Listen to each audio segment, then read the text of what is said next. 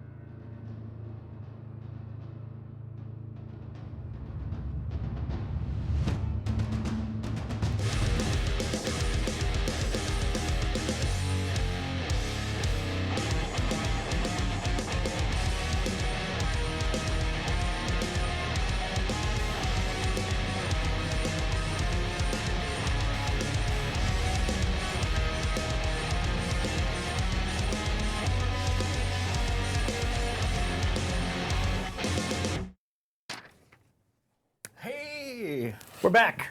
We're back. We've been here, sitting here for a week. Exactly. We have not moved from this location. Sleeping on this couch. You might have seen us a few minutes ago. They might have cut to us screwing around on the couch while the countdown was happening. How'd you like that countdown, by the way? Mm-hmm. We heard your feedback that you want more particle effects, and we gave you all the particle effects. They're not going in the game. We used them all on that one video. So we're back. Cool guys, yeah, good to be here. Good to be here, the two of us. Eric. Yeah, it's been a while. We don't have the memorial wall. Nobody's out. Nobody's sick, missing. dying today. In Same action. shirts, as Yes, usual. that's true. The lumberjacks. Yeah, the lumberjack uniform, as usual. Yep. We have a pretty packed live stream today, Eric. I feel we have good a about lot of this one. guests. We have a lot of information to share with you guys. Yep. We have Damien, who is Yes. already here.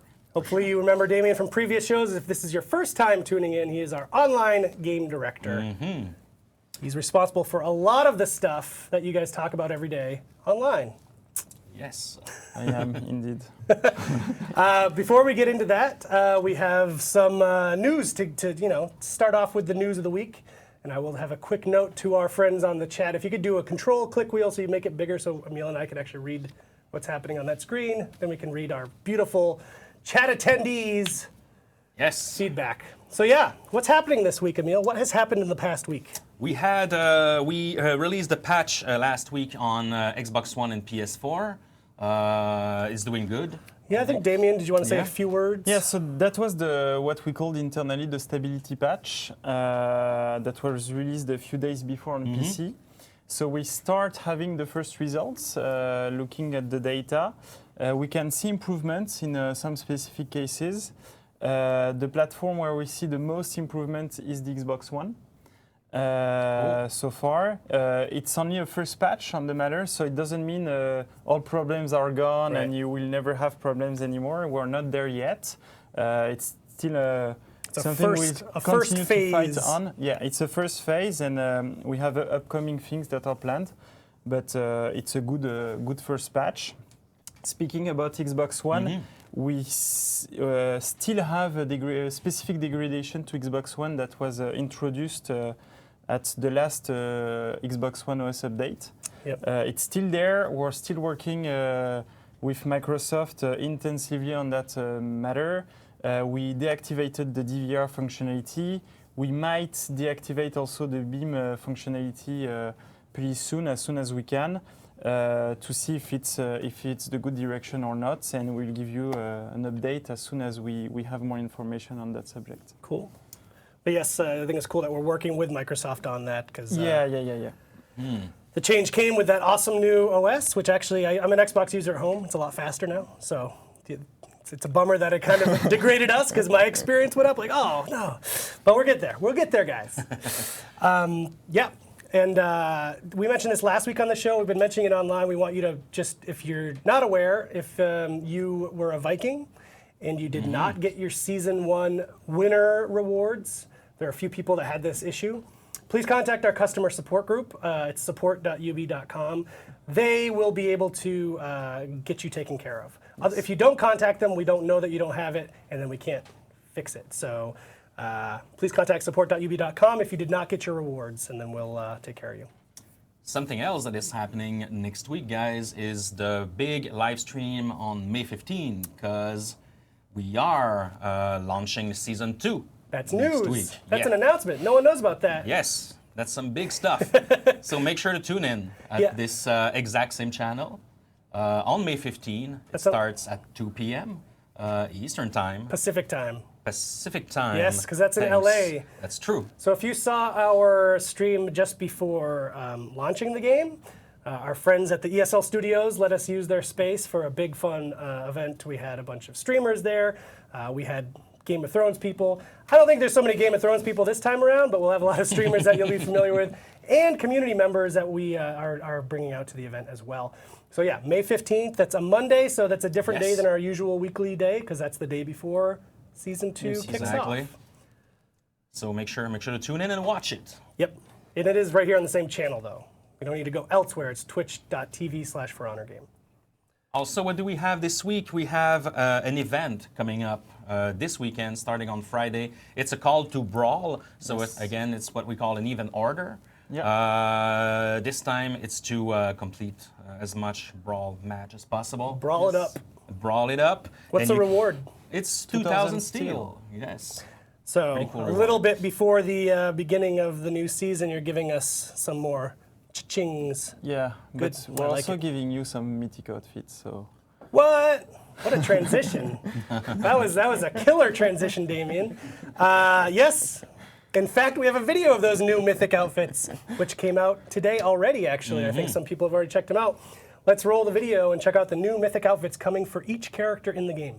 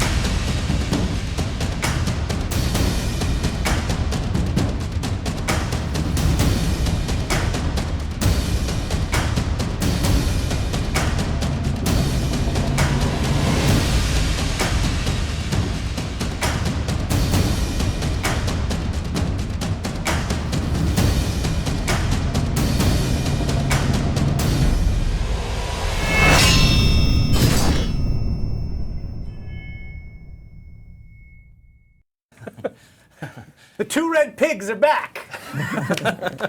That's us.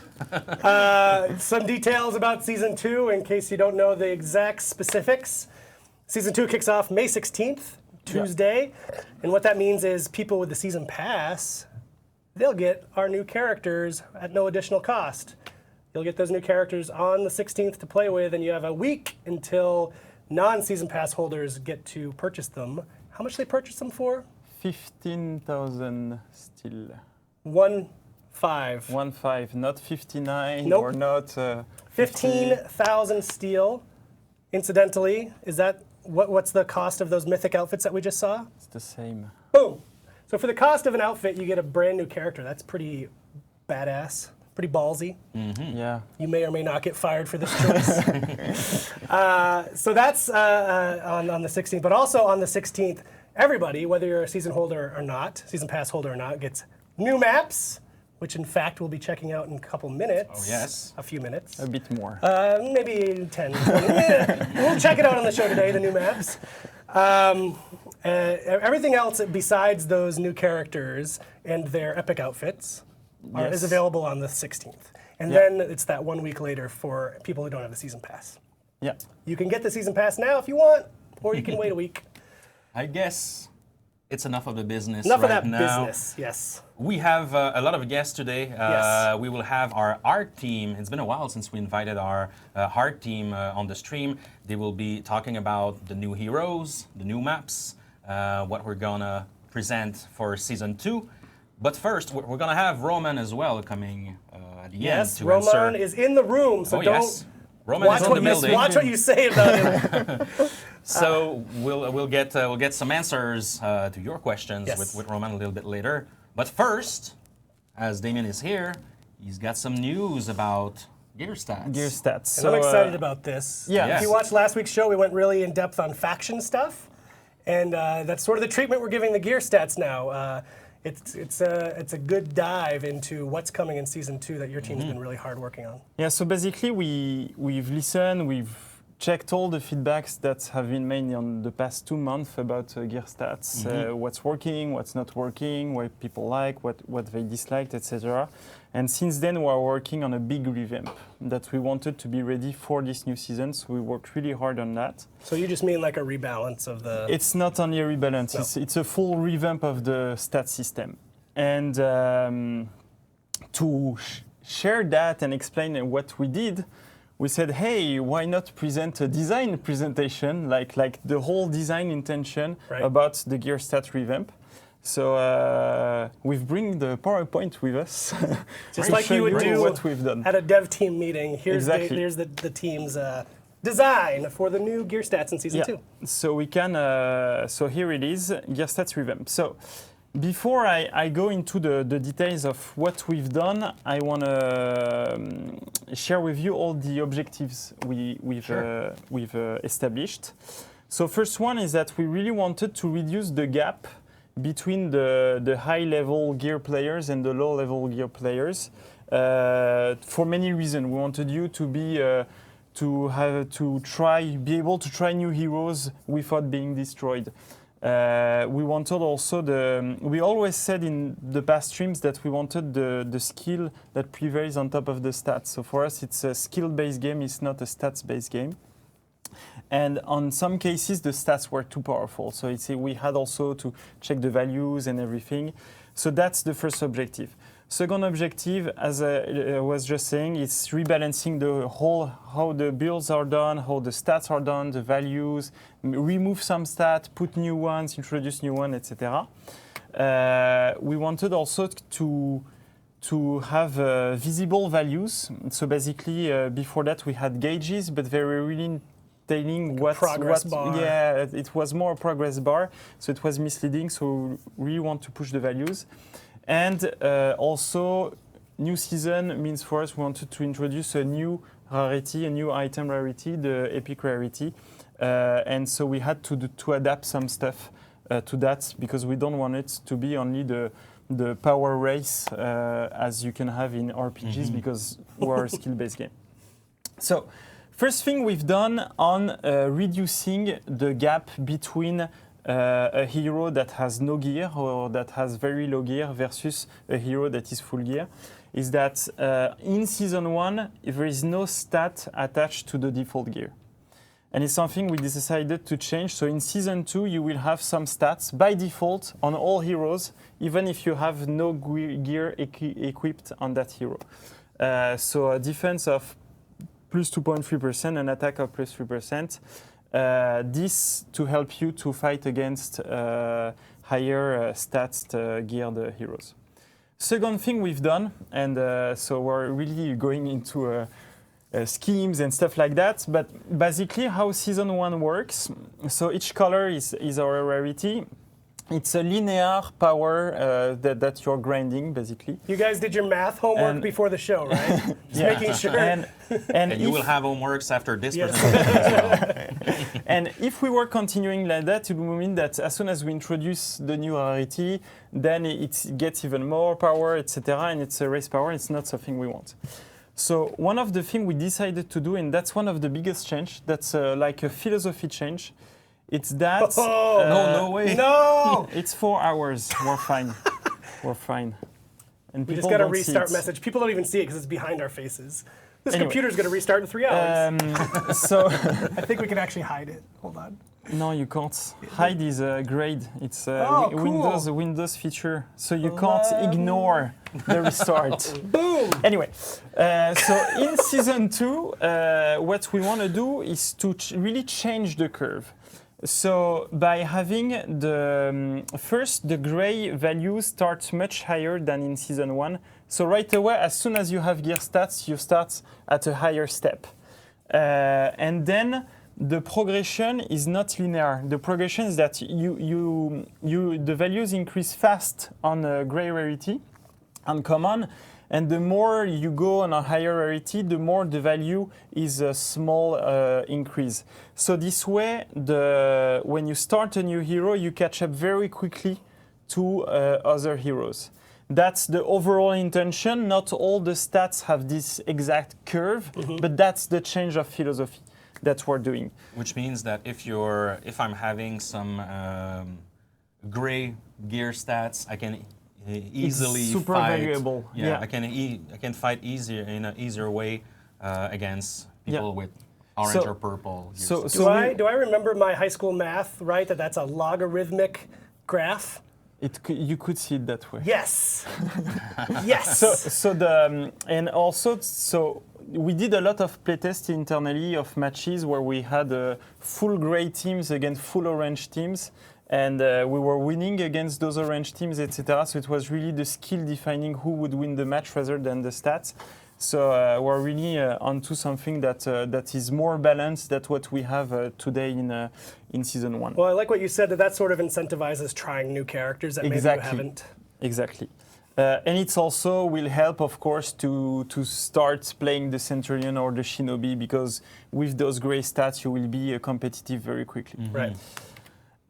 One of the other thing we changed is that, so that's what let's say you have when you're purple gear, you have 2 stats that are better, one that is worse. But one of the things we noticed is that you weren't really feeling the penalty. Right. So the value of penalty were a bit too low, and so you didn't have a real commitment, like, oh, I don't care, it's just a boost. So what we changed in season 2 is that first we increased the penalty. So now there is a real commitment, there is a real choice, is that if you try to boost stat 1 and 2, stat 3 will be pretty low. So it's a real commitment. And because we do that, we decided to introduce new stat bundles that are only positive values, but very small. So let's say you don't want to change your playstyle with your gear, you like how it is, you like the vanilla heroes, you don't want to change anything, you would go with those type of stat bundle that increase everything but smallly. That sort of appeals to me because I just want to improve everything. I always feel bad when I have a negative, so that I like that. I'm into that. I'm into that change. Yeah. But you won't have very high values, basically. But you won't change how your heroes play style. That's another thing we do. So now if we look into more details, so those are the stats that we have today in the game. I used some Centurion icons to tease some Centurion stuff, but that's, let's say we're in season 1, those are the stats that we have right now. So first thing we did is that we checked the data, we checked everything on all the stats. Are those stats used or not by the players? Are they making win the players or not? Do we have like a variety of builds, or do everybody pick the same stats because it's a no-brainer and all the same stats or the good ones are all the same for everyone, etc. Yes. And what we've learned in that process is that those 4 stats were very underused, and when they were used, we had very small win ratio with those when players were picking them as main stats. So we decided to remove them. Also, sprint speed and throw distance were creating some annoyances or some weird behaviors that weren't really promoting a good gameplay. So it was also an extra reason to remove those 2 for the season 2. Everyone's saying that you're a liar about sprint speed being underused. We got data. He's not making it up. Yeah, no, I'm Sorry, not. guys. And it's annoying when it is overused. So we removed those. The only thing we did is that half of the stats that you have in season 1 today are based on revenge. And it's not something we don't want to have all builds only about revenge, etc. It's something we already discussed in past streams, etc. So one of the things we decided to do is to merge some stats. So for example, we've decided to merge revenge gain by defense and revenge gain by injury into one stats that is revenge gained overall. Also, we are introducing a new stats. And this stats is to help gray gear heroes to fight against orange gear heroes. It's called defense penetration, and basically what it does is that it reduces the defense stats of your opponent. So let's say you have a hero orange geared, you have a plus 20% positive stats on defense. I'm a gray gear, but I have a plus 50% defense penetration. It means that now your defense value goes down to 5%. Okay. So, and what is interesting with this stat is that it's really following that curve. So the values get high pretty quickly. So you get very competitive with that stats You're pretty still quickly. in the gray. Yeah, and you're still in the gray. And what's interesting with that stat is it doesn't make you better against gray gear heroes because it's only impacting the defense, Right. high value defense, and so it's a good way for us to balance that. Cool. One of the last thing we did is that we split defense and attack in 3 parts. So we took the value, we split it in 3. So this way, it makes you do interesting choices. So do I do defense, or do I prefer to keep the exhaustion recovery or something like that, etc. Because those 2 stats were a bit like no-brainers. Everybody were trying to boost those, and those are also the ones that were doing the biggest difference.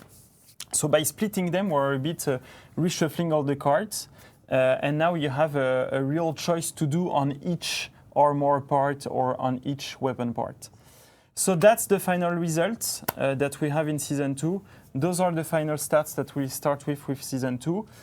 Of course, it's what we play with now since several weeks, etc. It works well, but we want to have players' feedback.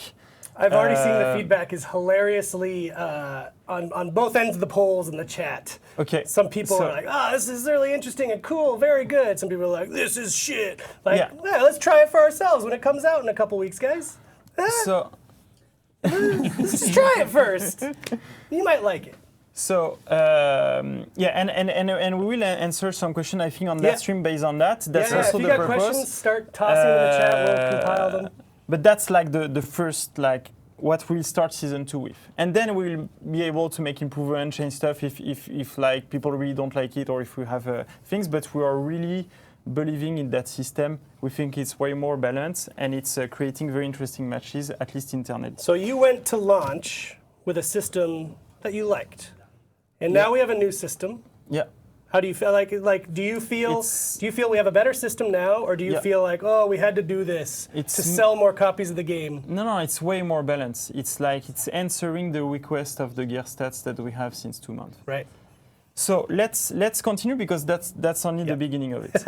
There's more. There is more. The only thing we're doing, also small tease on some Centurion stuff, is that why in Centurion, I don't know. I could have picked Shinobi, but it's full Centurion press, is that this is a way that you see how we are changing the visualization of the stats. So now you can clearly see which value is upgrading or downgrading, and what's the gap with the little arrows on the left. So we like the gauge, because in a very sneak peek you could understand what was better or worse. Mm-hmm. But with that, at least you can really base on the stats and make interesting builds. With a new epic rarity introduced, this means that yes, we'll have new stats, yes, we'll have new values, but also we'll have new visuals. So we have 4 new weapons and 2 new armor per hero. Some example of on the Lawbringer.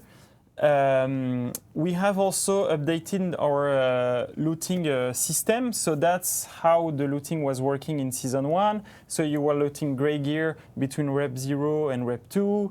You were starting to loot rare between 1 and 6, etc. Mm-hmm. So we're introducing the new rarity at Reputation 5.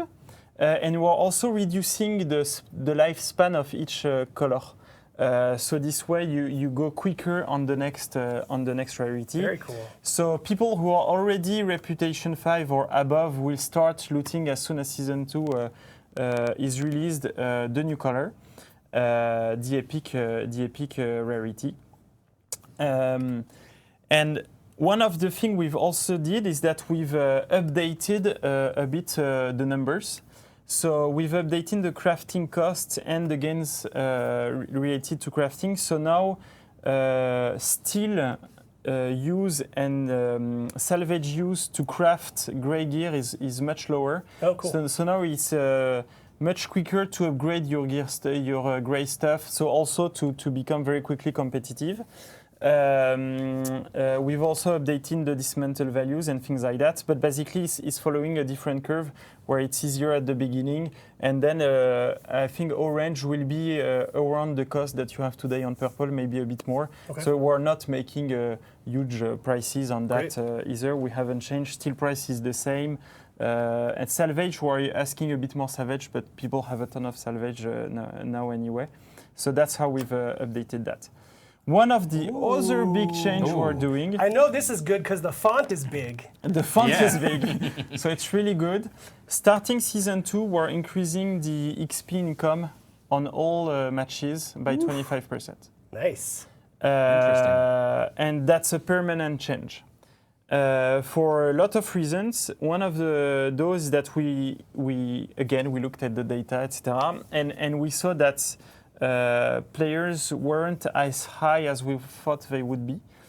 First thing, and second thing, we are introducing new heroes. We're encouraging you to play several heroes, so it's a good way also to catch up quickly. Also for the players who are not rep 5 yet to go rep 5 more quickly. So that's a permanent change that we're doing since beginning season 2. And on top of that, we're giving a head start pack. What? So because we know we're doing big changes on the stats. And so yes, we're removing stats and things like that. Yes, in fact, D. Jimmy Sprinkles asked the question that you're about to answer. So what happens to all of my currently maxed gear? Yeah. Do you just randomly assign the new stats? So we don't randomly assign them. We follow the new scheme that you saw. So we try to keep the same stats where they are today, but we have to readapt with the new logic. So we couldn't on all of them, but we try to not change everything on places where we can. But we had to oppose values. So like, for example, that's one of the things I haven't said, but the values that were opposed, like it's like now we oppose revenge attack with, I can't remember, revenge gain or something like that. So do you want revenge to be more powerful or do you want to gain it more quickly? So you have real choices to make. So we had to reshuffle some stats. So you keep your max gear, of course. It will be with the new stats. But we know that some players might not like those or might like to change those. So to help that transition, we're giving 4 crates at the beginning of season 2. Great. So this Back way, to the PowerPoint, please. Yeah. So this way you can either do a build right away on your current hero, purple gear if you are purple, whatever, to suit the new stats and to basically change your build.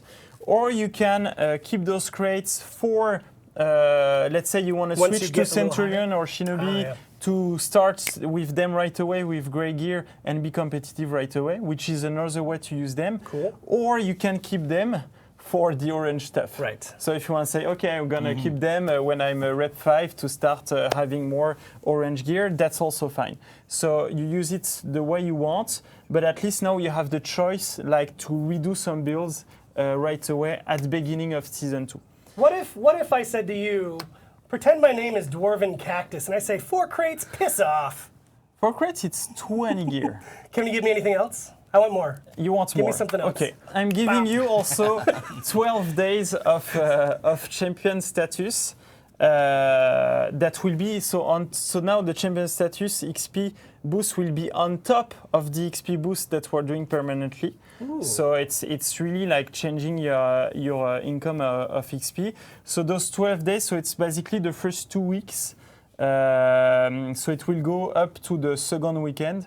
So you can basically progress faster your new heroes and things like that. Cool. And so that's also another way to do the head start. Or if you want to reach rep 5, you're still not there, that's also will help you to reach rep 5.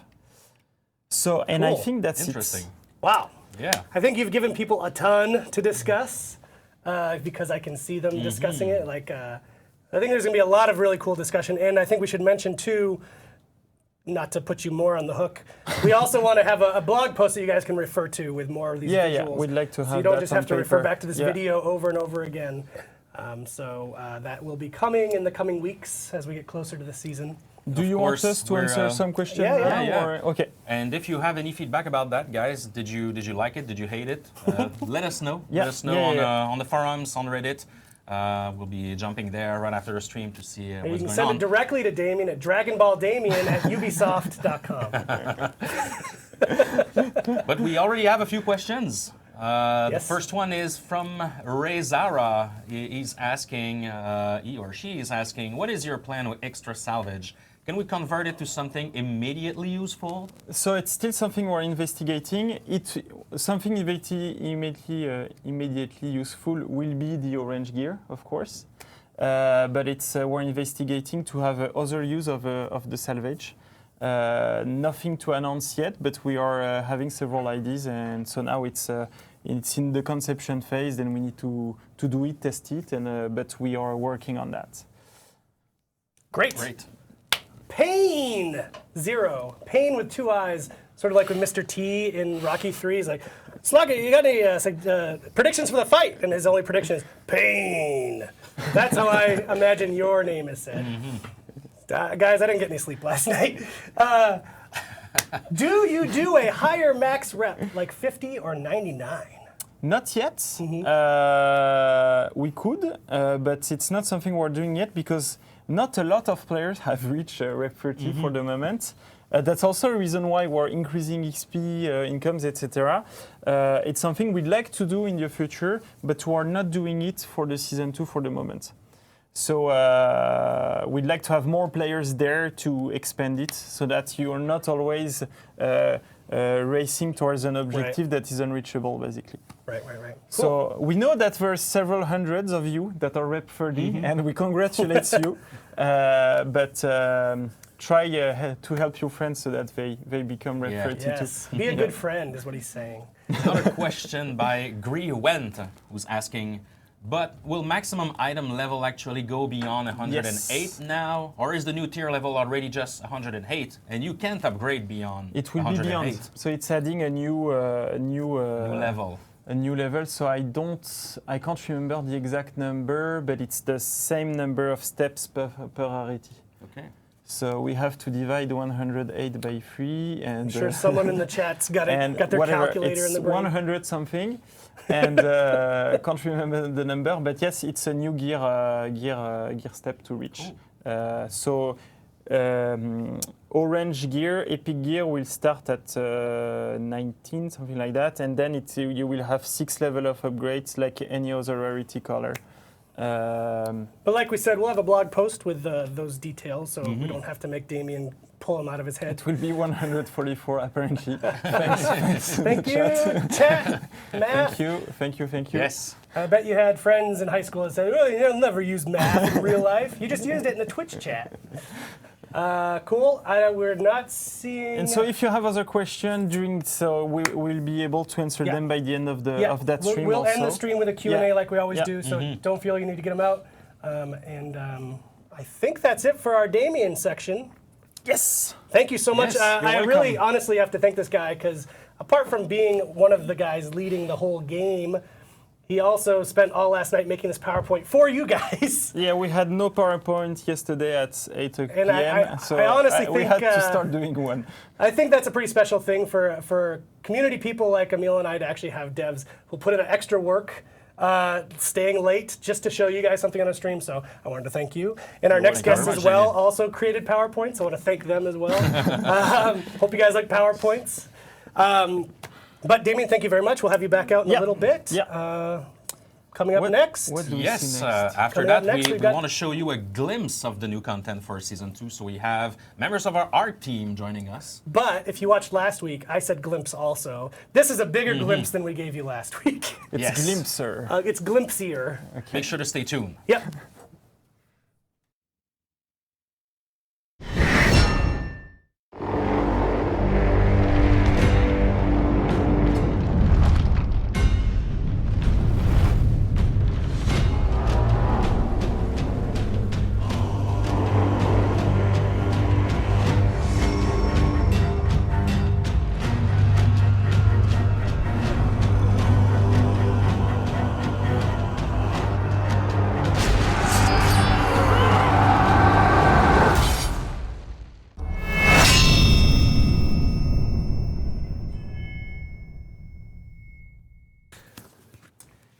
So we're back, guys. Damien split into two new people. Yeah. Two very artistic people. Yes. Yeah. We're sitting with Christian and Nicolas. Christian is our art director working on a project. You may have seen him on a previous stream a long time ago. Once, yeah. Feels And, like years ago. It was yeah. a couple months. And Nico is assistant art director. Just first, before jumping into this beautiful world of For Honor, how would you describe your work, I would say? So It's basically, very broad question. yeah, but It's a big team too, long right? story Yeah. short, let's say for me, it's especially at the beginning of the process. It's trying to come up with a visual style for the game, and during production, making sure that all the team is heading in the same direction. That's how I would sum it up. And how do you guys collaborate with the other departments or the other teams, like the level design teams and the fight teams, for example? Because I guess there's a strong link with level design and fight, especially when you work on the artistic side. Yeah, it's really like you said, it's a team effort. We have a lot of people involved in the production of the map. So obviously the level designer are really like in the middle of the production, but we have modelers, we have many people, like many departments.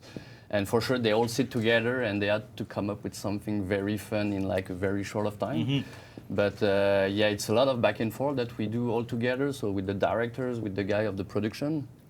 And that's the thing you're gonna see very soon, actually, for the Very DLC.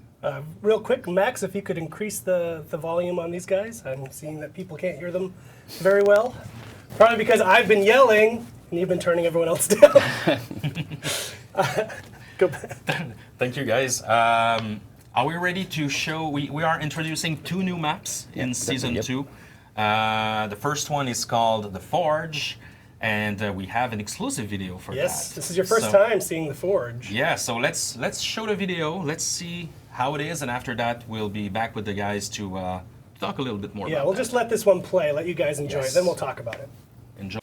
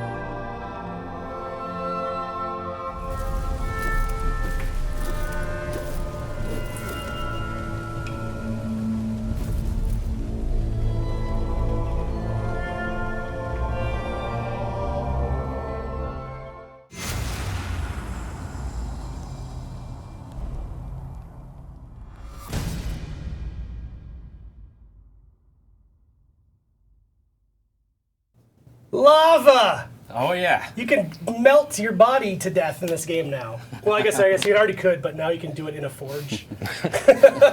So that was the Forge. We see that people seem to be hyped on Yes, I keep seeing the word on hype. stream. That's cool, guys. What could you tell about this map?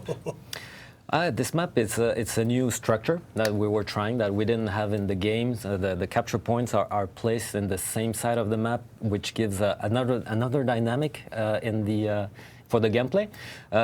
It was a bit tricky because we changed that during the early steps of the production, but it was worth it because we found that when we were playing, it was creating something interesting. So as we're trying to bring something that is always different from something that is complementary to all the maps, we thought that, okay, let's do it, let's take the hit, and let's make it happen. All right, it was a beautiful map. Yes, and like I mentioned before, you've brought a PowerPoint as well. Yes, with more images, less Yes, text. these are art guys, they like visuals. Yeah, work better at that. So yeah, I don't know if you want to take it over, Okay, if Emil has yeah, a couple sure. questions before we do that. No, let's go. Because I'm curious to know what were your inspirations when designing this map. How do you look for inspirations, ideas, and references in general when building such map? Yeah, we're gonna explain a little bit the process. Sure. You're gonna see some stuff that is less glamorous, you know, but it's part of the different steps we have to go through to reach what you've just seen. So let's start it up with the forge. And in fact, it all started with this concept, which was not done for the Forge. It was an exploratory concept we made some time ago. And what was really cool was for sure the mood, but we had the big wheel over there, and we're always looking for landmarks. We're always looking to have some identity, something unique, like the people remember the lava map. Here, they might remember the big water wheel. So we started with this, and then the Forge. We brought the idea of the forge in this map because all the water wheel would justify the mechanism we would need just to make the forge. How do you say that? Justify the mechanism, you know how it works. Something they need to operate the. Exactly, the bellows and all that stuff. And just as a precision, all game modes are playable in this map, right? Yes, most of the game modes. It's a Dominion map. I forgot to say it. So these were some concepts from Gilles. So sometimes we go into some mood shots. Sometimes it's really designing some elements. Like this is a capture point. Usually we start designing the capture points, spawn points, the things that are really important. And this is an example. This is one of the capture points where you have the forge. This is the interior. So we use different approaches. Sometimes it's just sketches. Sometimes it's more in-depth rendering. But as long as we get the information we need. Yeah, this is very useful for the artists when it comes to time to model all the structures. That's the kind of thing that we need. That's very practical. And I guess that's also where you collaborate with level designers and other artists, I would say, to make sure that the distances and the size of the rooms are. Maybe we can. Like a Actually, that 4v4. map was a challenge since you have a super long line of sight, so we had to work a lot with the technical directors to make sure that the map was running well. But we managed, by playing with the exterior and the interiors to come up with something that is technically speaking good. And these are examples of the references that the artists gathered at the very early, stage of the production.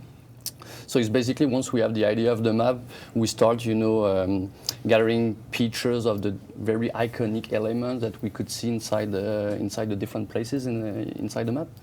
So this is, for example, the type of thing you could imagine you could expect to have in a workshop, So this is one part of the current map. And those big hammers are deadly traps in the maps. Yeah, they are traps. Okay. And just to clarify, because I saw a question, these are reference photos. These are not in-game shots. No, it's just reference. Yeah. At the beginning, we start with, maybe we're going to talk a bit about the process. We have like different steps. The first one, of course, it's the pitch. Once the pitch is, we come up with the location, what we want to include as a flavor for the place and gameplay ingredients. Then we start working on the L1s. Maybe you want to say a few words about it. So basically, like the first step after we receive the pitch is really we have both level designers and artists. They start prototyping on their side. So it's more like a kind of conception phase, prototyping phase.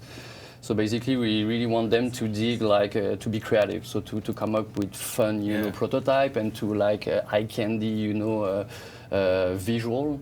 So we can have the best of all the different departments. And after that, once we have we made enough researches, we start to merge everything together to come up with what we call the final L1. So that's the map that the rest of the team is going to start playing at some point. So this is really the first phase. So that's maybe why the most important one. And the very crucial one, because at this point, if we're not satisfied with the fun, or if we feel that the map is still weak, we go back to to work and we try to iterate until we feel that okay, this is really the foundation of something solid for the rest of the game. Cool. So again, this is so the forge. Obviously, there's a big foundry inside the forge. So these are elements that you guys are gonna see at some point, discover inside the map very soon. We try to really differentiate all the zones so the players can really navigate and know where they are at any moment, and it's quite a challenge. So this is another area, like there's a kind of city at some point, so we had to build different type of buildings. There's train tracks on the ground. So we have way more references on our PCs, but we had to sum up a bit the thing. And these are the early sketches that we did with the level designers and the level artists. So this is like stuff that we started blocks. Exactly months ago. So as you can see, it's not final at all. It's mainly having the volumes and the space right. This is for us is the most important thing, and then gameplay is having the fun already in those type of gray block maps. So that's the challenge, is to make cool. sure it's fun and it also makes sense in terms of structure, so that we really spend time doing this before actually modeling everything. Cool. So this is already a more advanced, version of the same map. So as you can see, there's more textures, more detail, more, refined structures. And now, just again, we're getting into the in-game shots. Sorry, Yes. I just want to clarify for the people watching, because some people don't know what their photos are in-game. This is the actual map again. Yeah. in Because there. sometimes the game is so It realistic. looks so good. Yeah, exactly. Someone is asking, Mimic is asking, how long did it take you to design the map to a finished product? How long does this process last? We A spent few months. yeah, a few months. months, more than 5 months today. Oh, yeah. It's, For one map. Yes. For one map. Wow, okay. Because it's a lot of iteration that we do. So there's many steps during the production, from the early sketches to the final polish tuning. There's a lot of debug as well that we need to do. So it's a And the team is separated into different map teams. Like, are you doing two in parallel, for example? yeah, we have two different teams working in Oh, cool. parallel. Cool. And we have in these teams, you have like a modeler, shadow artist, you have a FX guy, lighter. So it's a lot of people. So it's not like you're waiting 5 months and then you can start the No. It's like we always have people rolling, working Awesome. on different. So this is the result, the end result, where you have modelers, level art, texture artist, FX artist, lighting artist, level designer, sound guys. Everybody has done its job to just to give the map to the players and see if they Animation as well. the animation. realization So team. many people involved in just the creation of those assets. And again, you have like different time of day and because- Winter. exactly, you find each of these maps in the 3 regions. Our director is giving us explicit notes that we need to go to the next map. I'm enjoying this, but he's Again, telling this us to is- get to the Temple Garden. Yes. So sorry, guys. Let's check out the video we have for Temple Garden.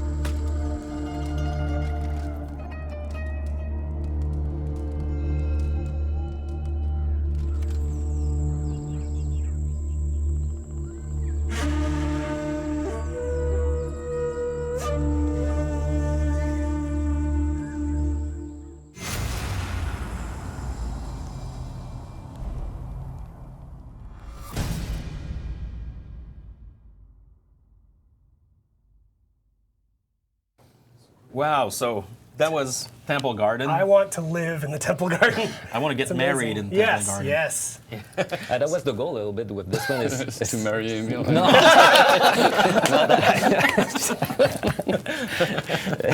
Just wanted to say, this one is, the goal was to not have something that is like a battlefield. We wanted something a bit different, so we went to a more peaceful place. Yeah. So these are concepts. Can I go to the PowerPoint? Thank you. Concepts for the Temple Garden. So this is the spawn point for the attackers. We have like an indoor that is the shrine place. Wow. We have a tomb in there. These are some landmark sketches and researches done by the concept artist. This is the spawn point for the defenders.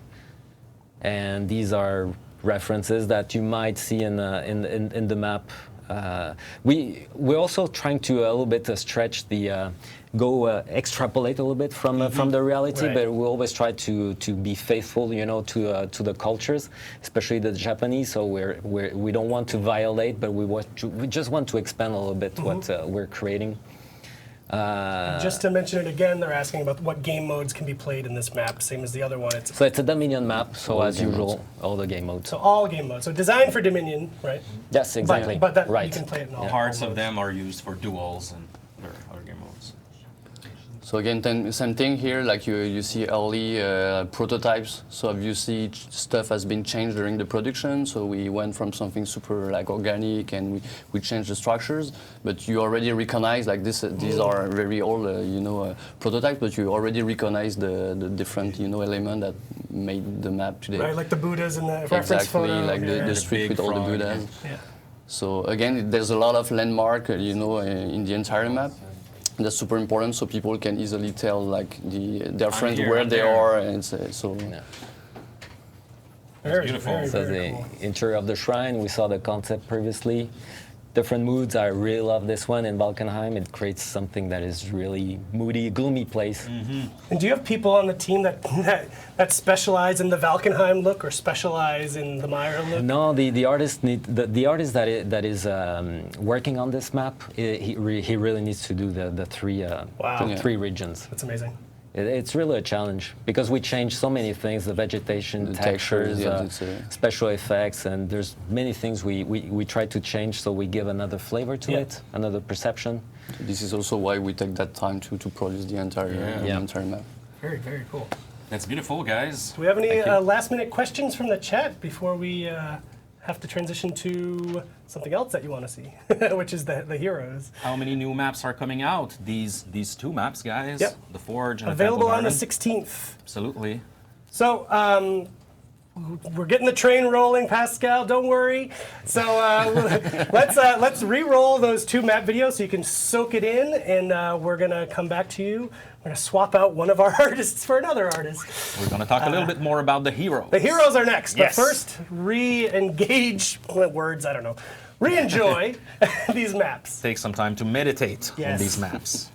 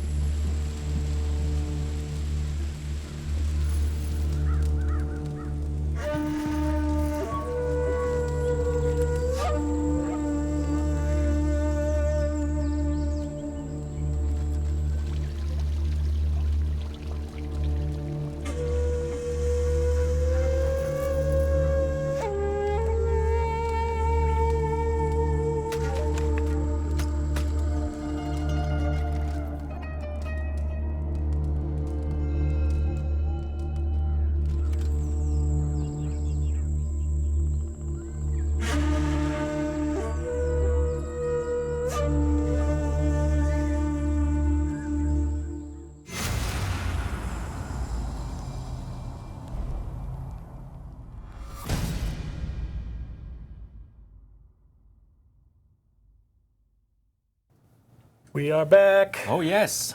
And Andrew just joined us. Since it's your first time on the stream, Andrew, could you sing a song of your choice?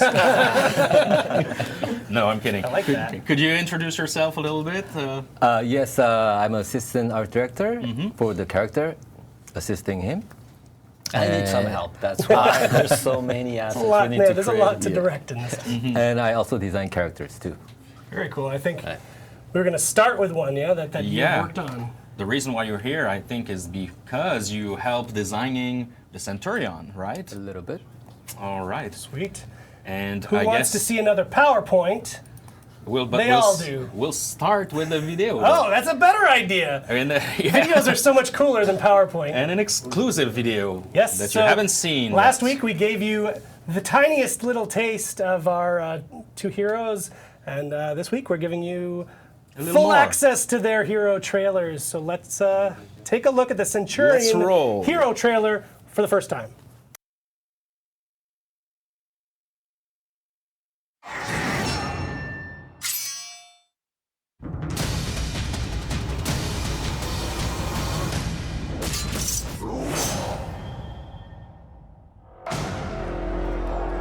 Some fight for warlords. They fought for an empire. Their might inspired generations of soldiers and struck fear in the heart of their enemies. They are Centurions. Their confidence radiates out to all those who follow them.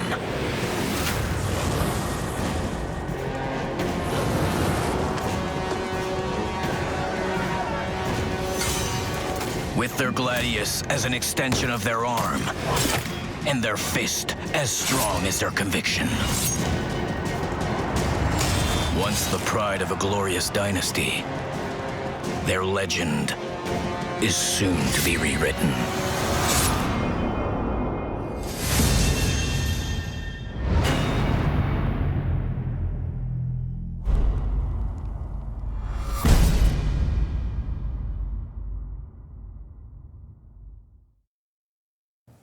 Wow. Let's make some noise for Yes. the Centurion. Good job, yeah. Centurion. Yeah.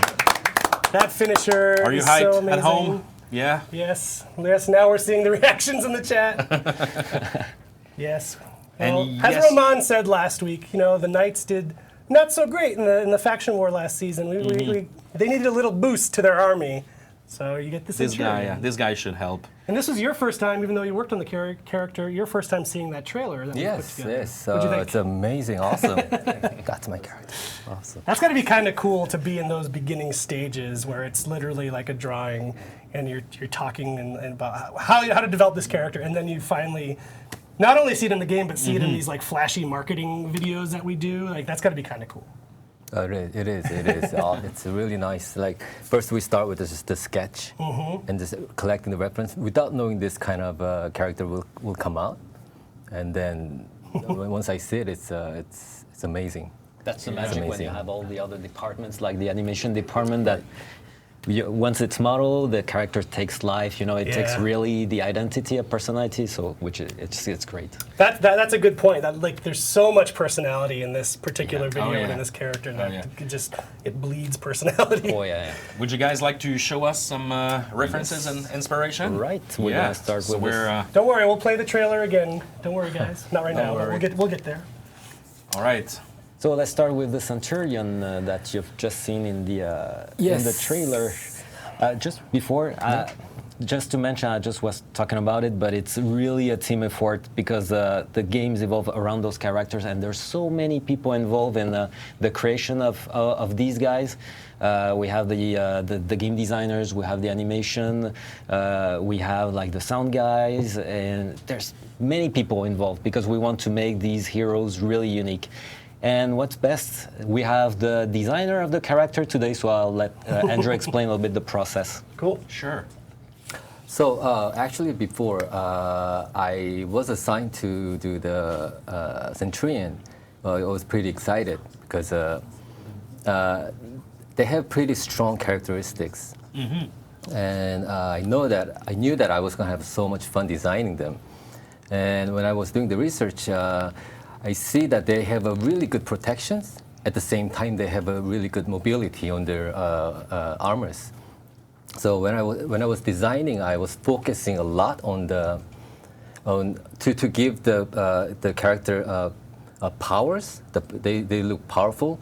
They also has skills in the battle, and they're protected, but they're not slow. Yeah. So in sum up, I wanted to make the character as charismatic as possible and the badass.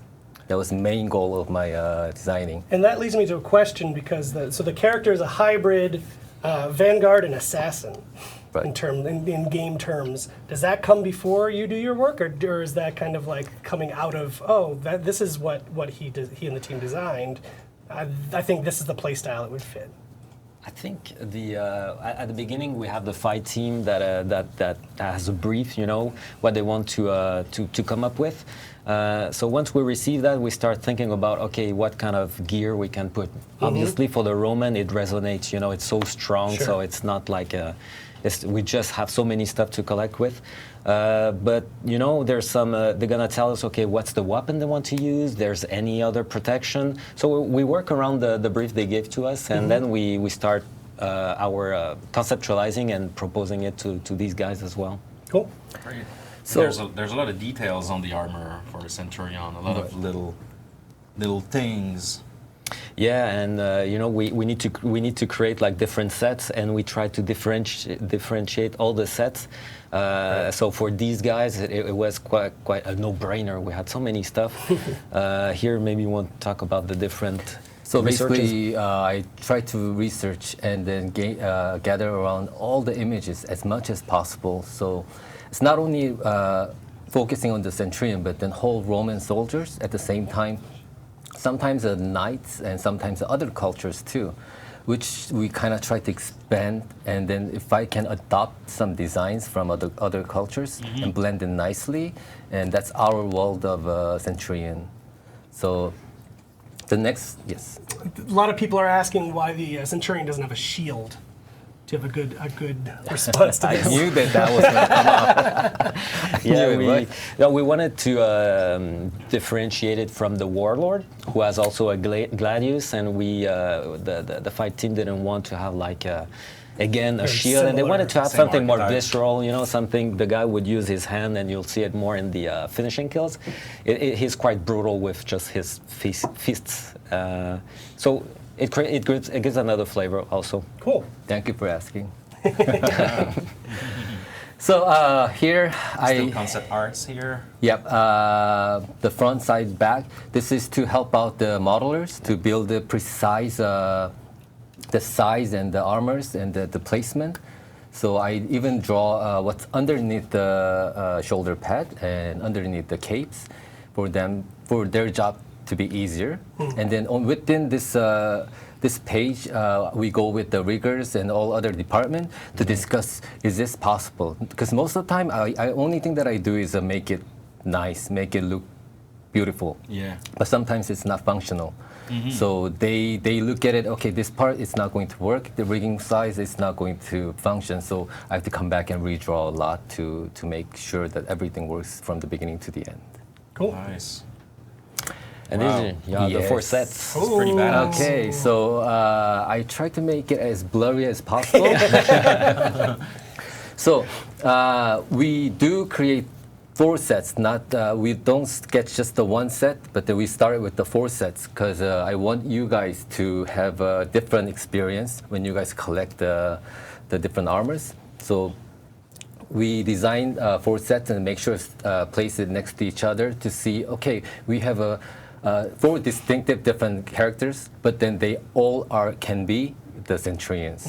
So that these are the exercise that we always do. Yeah, and, Nice. and we have the constraints of having a character that is customizable also.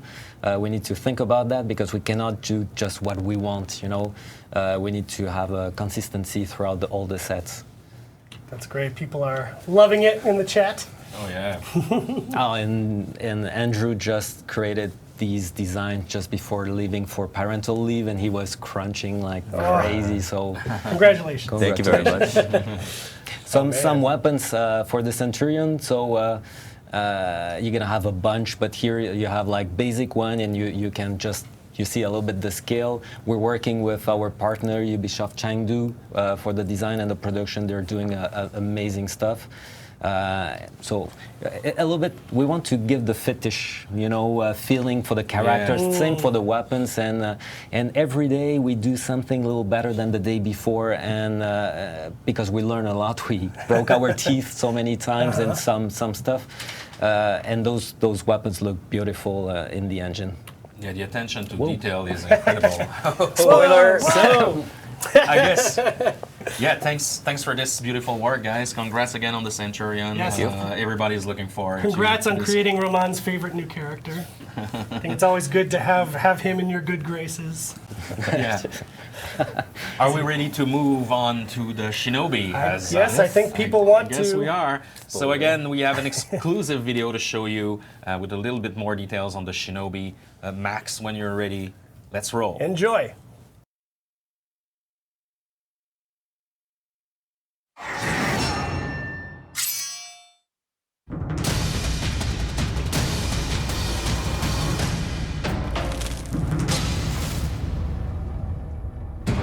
Theirs was a secret society. Even we samurai were not sure they actually existed, or if they were just a myth. Until they came out of the shadow. Shinobi. Their weapon, the Kusarigama, is like no other. It echoes through our past and proves that they are indeed from our blood. Trained in secret, their presence on the battlefield is felt before they can be seen. We now know they are always close, waiting for the right moment to strike. They have now entered this war and won't leave until their job is done.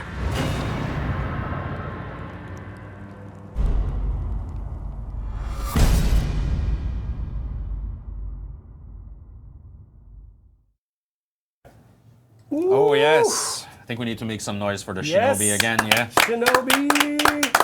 Oh, yes. Oh, yes. I remember the day that the Naruto run went in, or at least the first time it was playable, and someone was like, "You gotta check it out! He does the Naruto run." It's so good, and I can see that so many people are enjoying that as well. The Shinobi. Shinobi. What can we say? So this one, of course, it's evolving around the concept of the ninja.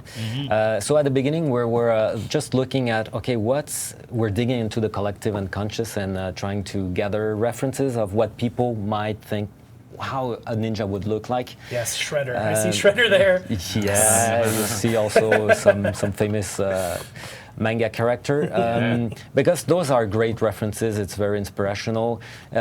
We also wanted to see, okay, how these guys, how the real ninjas would, what would be their outfit, and we were trying to start to mix a little bit the thing, just to find our language for this guy. Like you were saying before, where you have to take. You don't have to, but we choose to try to be faithful. Yeah, take the faithful traditional look, but also make it our own, make it kind of fun, stretch it out a little bit. Exactly.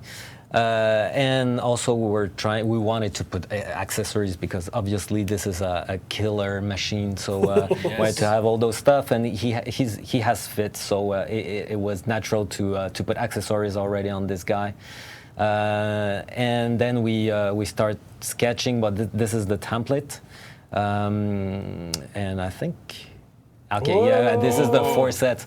They are. Of course, we were inspired with the manga. Also, we wanted to do a little homage to some mangas, especially the set number 2. It's looking really nice. So we have a scale, different types. The first one is a bit more traditional, but with our own take, and then we go into different type of outfits because all the players have different tastes, and we want them just to give them different sets, so then they can mix up what they want, what they prefer. Some of their weapons, they really look cool. From the simple one to the very high classy, where we start putting figurative elements and more shiny materials. It's just a pleasure watching them in the game.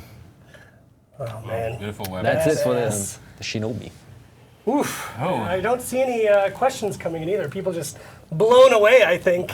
Well, I have seen questions more generally about gameplay and moves. We're saving next week for that. We'll have the big man, Raman, on with us, and he'll go through the moves or these new characters. But we wanted to cover it from the art perspective this week, give you a little glimpse into how they work, but also obviously show these incredible videos. So yeah, I don't see any specific questions because people are losing their minds. Thank you very much for coming, guys. Thank you. Yes, Yeah, it was thank good you to so have you here. much. You can come back anytime Director, you want. are we going to our transition, or are we playing those videos again? We're going to the transition. Okay, great. So thanks so much for coming, guys. Yes. And we'll have you back on whenever we want to show characters and maps again, I'm sure. Yeah. Excellent. Sure. And we'll Thank be you so back much. with Roman and Damien for some Q&A.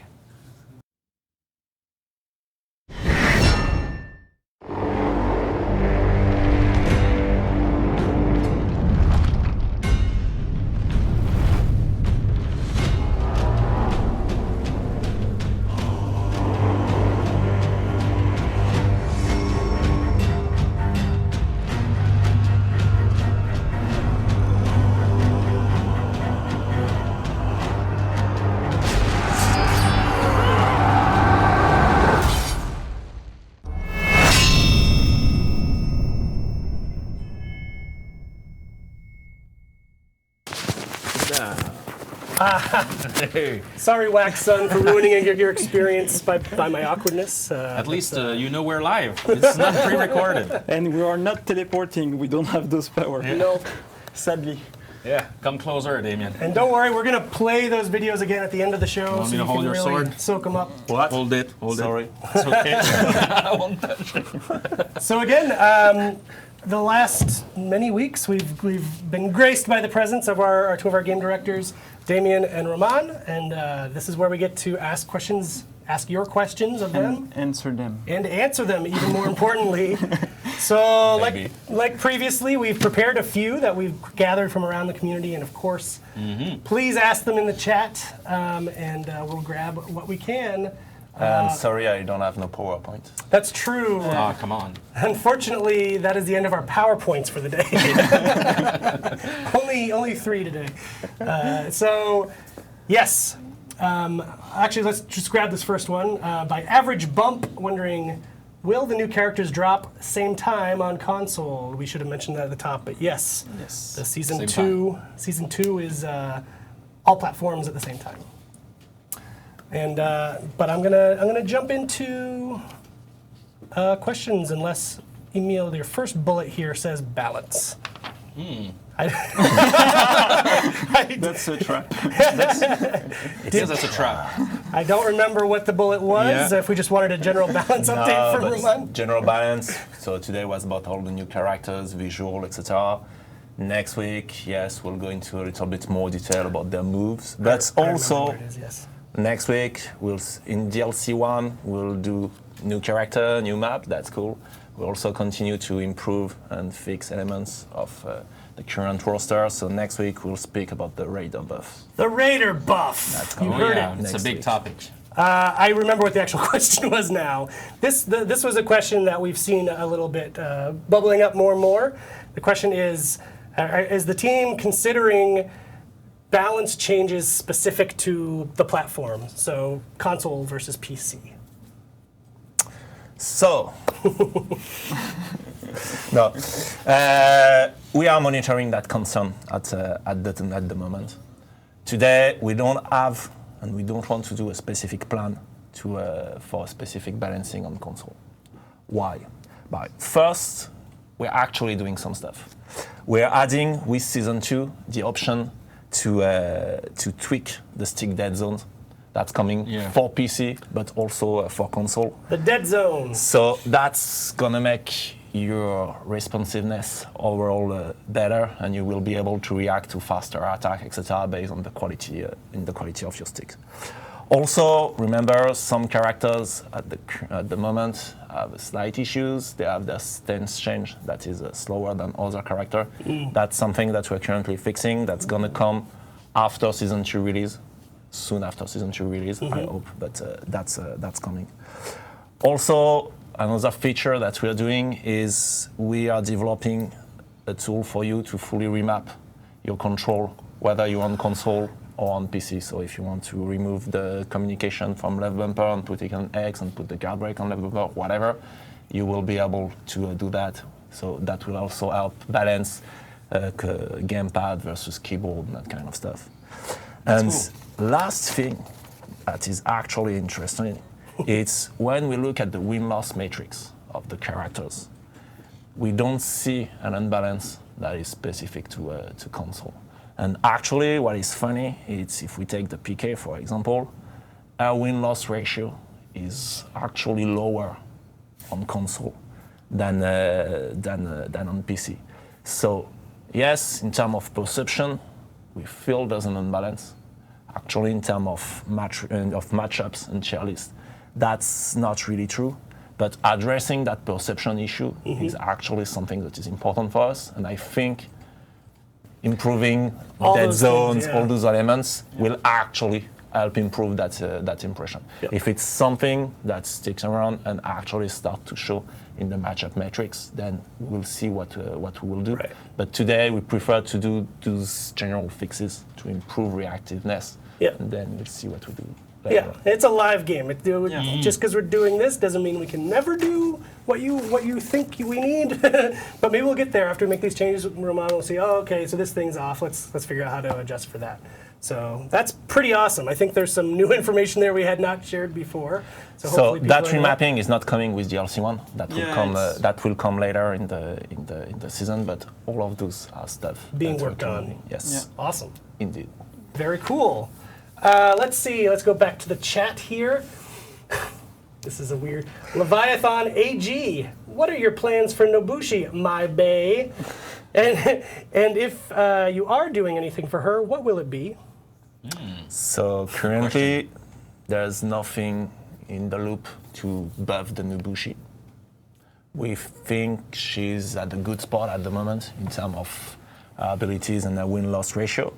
But if you have suggestion, if you think she's too weak, please send us to us, post it on Reddit, we'll look at it. Even though we literally just said this, we'll talk about the Raider buff next week on the show at the same time. Yes. So stop asking. We'll talk about it in 1 week Raider from today. next week, improvements coming with DLC 1. Yes. We have another question from Snime. Are you also looking into feats about gear stats? So we're looking into fits. We're currently looking at fits usage by the player. What are the fits that are actually used a lot? What are the fits that are underused? More importantly, what is the relation between your win-loss ratio in Dominion and elimination and compared to the fits you've selected? So we're looking at that. For the moment, we don't have any specific changes in the loop because we are still trying to figure out what we're going to do and how we're going to balance, improve some fits or nerf some other fits. Nothing in the pipe at the moment. Very cool. Regarding fits and relation with gear stats, we also changing something in DLC 1 when you boost your attack in Season 2, in the new season, Shadow and Dev Night. terms. Dev terms. No, it's the attack stats won't apply on fits anymore. So like before, when you were boosting your attack, you were also boosting the attack of your fits. Now it's no more. It's only boosting your attack of your damage that you're dealing with your hero just by doing hits. Oh, that reminds me. So that's a big change. That reminds me. I don't think it's on our list, but we talked about this, and I think Cypher, I don't know if he's still in the chat. We saw his stream the other day where he was a bit emotional about some stuff, hopefully like the gear stat stuff, but we were specifically talking about the revive mechanic. And that's also linked to another question where like will the values of stats change? So like will they become bigger with the new color? So with the revamp of the stats system, we're also re-evaluating all the values. So some values will be lower, other will be higher, but most of the values will go down. The revive, for example, revive speed is one of the values that will go down with the new season. Very cool, very cool. This one's not on the list, but I will also say it because I'm seeing tons of people shouting. Yes, we are aware and working and investigating this flicker issue that everyone's talking about. Yes, we're looking at it. It's something that we plan to fix as we are fixing defensive meta. We already spoke about the kind of leads we are following on that, like removing counter guard break on total, or nerfing parry, adding more chip damage, that kind of stuff. Really, and so flickering we'll also want to address in that, because that's actually a big dev to fix the flickering, because it's linked to the way we detect move and feedback them in the UI, and we don't want to delay. Like an example, at some point we are testing delaying a little bit the UI, but then that makes the move even faster and even harder to read. So those are the things that we're looking at, but yes, we want to fix it. But really, the idea about defense meta, what we want to change is we want at high level player to be able to win and create opportunities by attacking, and not just by feinting and feinting and feinting and guard break and feinting and then maybe landing one attack. That's the thing we're looking at. I think a lot of people would like that. I'm going to go back to one of our questions we pulled before from Reddit user Sam Slam. Will it be possible to use the neutral color swatches for team modes? So it's we already discussed a bit about why do we have color and attacker and defender colors, etc. So not coming back on that, but it's true that some neutral color could fit pretty well either in attacker color or in defense color. So it's something we're working on right now. I don't know when it will come out, but so basically adding all those compatible colors that are already neutral color, putting them also as attacker or defender color. It's something we want to do. Great. I saw a question on the guard break feints, actually. So that's something that we're fixing with the season 2. We're going to remove all the guard break feints in season 2. Even if that was creating at some level an interesting gameplay, the issue is that's a bug. And because it's a bug, it's not a reliable mechanic. You can train as hard as you want to try to masterize the timing. Sometimes that timing window is not even opening because the way the moves are built, etc. So for the moment, we're going to get rid of it. We're focusing into improving the defense meta, and then once we release that, we'll see if actually feinting guard break is still something interested. And at that moment, if we consider reintroducing it as a mechanic, we'll reintroduce it in the game, but as an actual mechanic, with actual rules and actual reliable timing. Interesting approach. So season 2, we got rid of the guard break feint. Cool. We got another question here from Reddit user The Goat Warrior. I love that name. He's asking, is it possible to get the Apollyon armor in PvP? That's a tricky one. We like to give Damien the rules. So the fast answer is no, because when we created those elements for the story mode, we had two choices. One choice was to create a variation of what we have in the multiplayer, but something less iconic. Or to give the freedom to the art team to not respect any of the multiplayer rules of the things we've built for the multiplayer and go crazy and do what they want. And that's the direction we took. And that's why Apollyon is as cool and is what is Apollyon today. So sort of hopefully they grabbed something from Christian's talk where he was saying they need to design those characters to be able to do everything in the game. Yeah, exactly. So and also we have those different versions of characters that all need to be compatible together, etc. So it's they have a lot of constraints in multiplayer to be able to have the customization we have basically. And so they took the freedom to not keep those constraints to do Apollyon. Same thing for most of the characters in the story mode. Most of the things you only see in the story mode. So for the moment, it's not planned because it would be pretty hard to have the Apollyon armor in the multiplayer. Cool, makes sense. Oh, there's so many questions. Ape XOXY. Hey, are you guys going to do something about Conqueror anytime in the future?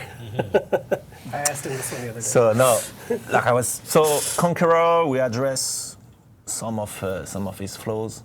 Currently, the issue with the Conqueror is that he has one strong strategy, but it's his only strategy, and that's a problem with the Conqueror. That's definitely something that we want to address. We have changes about that, but they are still in development and in test, and it's a little bit too early for me to speak about that because in the coming week that might change a lot. But he's actually doing pretty well. Yeah, actually, in terms of win-loss, is kind of like top tier, but it's really one strategy. Right. So it's also pretty easy to read. Cool. All right. What do we have? Kitsune Yes. is asking, okay, as a game designer, you obviously have some sort of vision on how your game has to be played. Players usually don't play it the way you're supposed, so the changes you make might not address our concerns. Considering this, is there a possibility to get a PTR in observable future? PTR, that would be cool. So it's something we're looking into, and to be honest, Like a something, private test sort of. yeah, thing. it's something we're looking into mostly for, and that's another way to speak about something else, which is ranked mode and tournament. So it's something we want to test before rolling it out to everybody. So we're looking to how we can do test servers on Foreigner and when, and etc. And that would be most probably the first way you would be able to play in ranked mode and in tournaments would be through that, so that we can gather data, see what works, doesn't work before releasing it to everyone. So it's something we're looking into right now. So we don't have an actual timeline yet to communicate to you on that, because people doing that are also currently at work at improving the network issues and continuing on the stability. But that's the next step. But as you can tell, we're putting a lot of. We don't want to go half-cocked with ranked tournament mode. Yeah. We want, when we put it out, we want it to be competitive for you guys to play. So that's why we're making all these different decisions that we're making. Focus on stability, like you said last week. Yeah. But don't worry, we're still very much working on that mode. So I think it's pretty much it, guys. Are we out of time? One last thing on Yes. Portuguese One Blood. last thing. At Foreigner game, Warden changed charge target switch was removed intentionally, ? No. Sorry about this one. It's a bug. It's fixed. It's fixed in Season 2 patch. My bad. Sorry. Yes, speaking of bugs and things people have reported, I did want to give it the matchmaking versus the player versus AI with matchmaking turned off. Yes, that is still an issue, and we're still working on it. I will, as soon as we know what we're going to do and what we can do, I will let you guys know. But yes, that is quite high on the top of our bug fix priorities right now. Yeah. So the team is on that. Is on it, yeah. But I know people have been asking a lot for us to follow up, and there you have it. Cool. I mean, we could do this for hours, but everyone else absolutely. has jobs. So thank you so much, everybody, for tuning in today. Thank you, Damien. Thank you, Oma. Thank you, all our guests. Yes. For Actually, there is one last thing, Yes, because I I saw knew it a lot in the feed, and it's coming. Also on Season 2, we're fixing all the unlock exploit bugs, like unlock attack not being parryable, nice. etc. You're still able to perform unlock moves, so if you want to start a chain, or during a chain do an unlock move, etc., you will still be able to do it. But unlock attacks will have the same properties as a lock attack. good to know. All right. So we don't want it to be an exploit, basically. Exactly. But that can be part of a playstyle. Cool. Yeah. Very cool. Thanks All right. again, guys. Yes, thanks everybody, and don't go. We're gonna replay those hero videos for you now, so you can soak them up and enjoy. And it's never really over until a raffle. Oh, that's true. Because it's a Warrior's Den, so we have combat packs for you guys. So make sure to enter the raffle whenever FredX919, our buddy Fred on the chat, says the word. So Don't forget to tune in next week. We're back here at the same time. Even more in-depth Here. stuff on Season 2. We're going to have Roman talking about the actual moves for the characters, the new characters, so you're not going to want to miss that. We're also, may or may not, we will, talk about our release notes for Season 2, which are numerous. Mm-hmm. Yes, we can keep going, but we should cut. Go to the video. Thanks, everybody. thanks, guys. you. See you next week.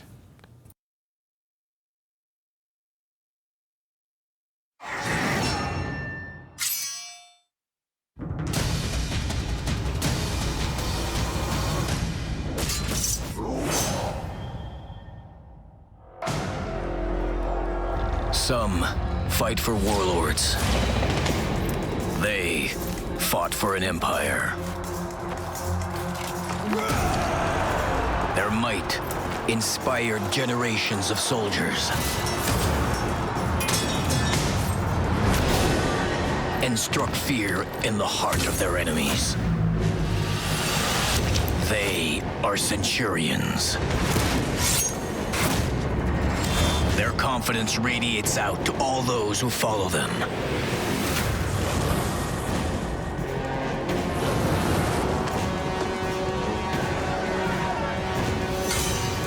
With their gladius as an extension of their arm, and their fist as strong as their conviction. Once the pride of a glorious dynasty, their legend is soon to be rewritten.